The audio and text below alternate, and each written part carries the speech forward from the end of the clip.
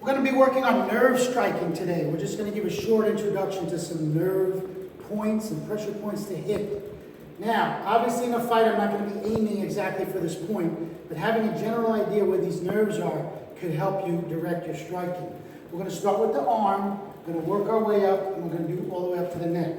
The first one we're going to start with is right on the back of the hand. You have nerves running through there plus these little metatarsal bones. You can hit it with an eagle's beak, you get a reaction right away. You can hit it with a heavy hand. Next is the wrist, right where the wrist meets the thumb joint. There's a nerve right there. It's the runs part of the radial nerve. I can just tap it and look at the action you get on that, okay? If I go up to the radial nerve, which is about right in here, and I hit that, boom, that's going to make his arm go dead, okay? So that's three, back of the hand, thumb, and wrist, and the radial nerve, which I'm going to show you on his arm, is just about, he's too muscly, just about right down from the elbow joint.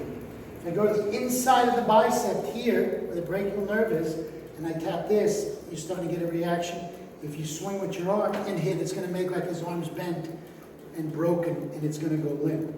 So we're up the arm so far. We have 1, 2 on the hand, 1 on the radial nerve in the bicep.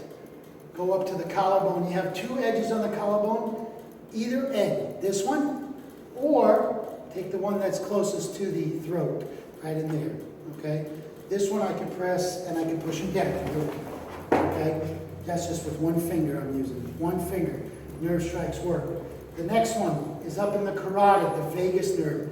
Tapping this light is going to be trouble. Hitting it any harder could cause a knockout blow. Lastly, we're going to go to the jaw line right here.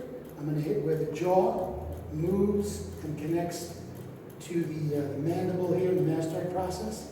That's where we're going to work.